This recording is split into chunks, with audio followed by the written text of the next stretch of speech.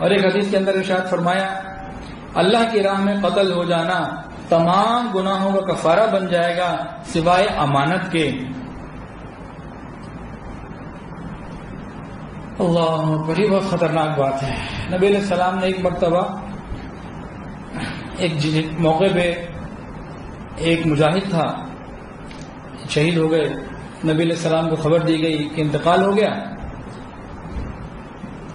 جہاد کے دوران لڑائی کے دوران زخم لگا، تو نبی علیہ السلام نے جنازہ پڑھانے سے انکار کر دیا کہ مجھے یہ خبر ملی ہے، اللہ نے بتایا کہ انہوں نے مال غنیمت کے اندر تھوڑی سی کوئی گڑبڑ کر لی تھی، ایک چادر یا کوئی ایسی کم قیمت چیز تھی بہت ہی ہلکی ویلیو کی، اس کے اندر انہوں نے اس کو اپنے پاس رکھ لیا، مسلمانوں کے مال میں جمع نہ کرایا، تو حضور پاک صلی اللہ علیہ وسلم نے ان کی نماز جنازہ نہیں پڑھی، یوں فرمایا کہ اللہ نے منع کیا کہ میں ایسے شخص کی جس نے امانت میں خیانت کی جنازہ نہ پڑھاؤں۔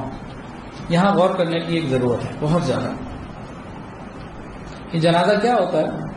یہ شفاعت ہوتی ہے، درخواست ہوتی ہے اللہ کے دربار میں، سفارش ہوتی ہے کہ 40 50 100 آدمی کم زیادہ آدمی مل کے اللہ سے کہتے ہیں اللہ اس کی مغفرت کر دے، ایک طرح کی شفاعت، سفارش اور دعا ہی ہے نا، اور کیا ہے؟ تو غور کرنے کا نقطہ یہ ہے کہ جب امانت میں خیانت کرنے والے کی اللہ کے نبی نے دنیا میں نماز جنازہ نہ پڑھائی، قیامت کے دن شفاعت کیسے کریں گے؟ ہے غور کرنے والی بات کہ نہیں؟ اگر حساب کتاب میں، معاملات میں، لین دین میں اگر کوئی ہمارا حق لے جائے تو لے جائے، مر کے جانا، چھوڑ کے جانا ہے ہم نے۔ رشتے داروں کے ساتھ کتنی دفعہ ایسا ہوتا ہے معاملات میں، ہم قسمیں کھا لیتے ہیں، پتہ نہیں کیا کیا کر لیتے ہیں۔ ایک صحابی ہوتے ہوئے نبی علیہ السلام کے ساتھ جہاد میں شریک ہوئے، ایک چادر اوپر نیچے کرنے پہ معاملہ خراب ہو گیا، میں اور آپ کس کھیت کی گاجر مولی ہیں؟ تو اپنے معاملات یہاں صاف کر کے جائیں۔ کوئی آپ کا زیادہ لے جائے لے جائے، مظلوم بن کے مرنا بہتر ہے ظالم بن کے مرنے سے۔ یا ظالم بن کے مرنا چاہتے ہیں؟ مظلوم مرنا چاہتے ہیں کہ ظالم؟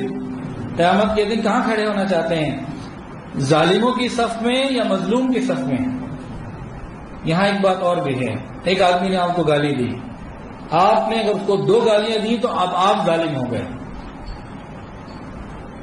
ایک آدمی نے تھپڑ مارا، مثال کے طور پہ ہم سمجھنے کے لیے کہ بھئی 10 کلومیٹر کی رفتار سے مارا، آپ اول تو بدلہ نہ لیں، معاف کر دیں، بدلہ لینا ہے تو اسی رفتار سے، اگر زیادہ لے لیا تو آپ مظلوم ہو جائیں گے، آپ ظالم ہو جائیں گے، وہ مظلوم ہو جائے گا۔ تو ان باتوں کو یہی ہمیں فکر کرنے کی ضرورت ہے۔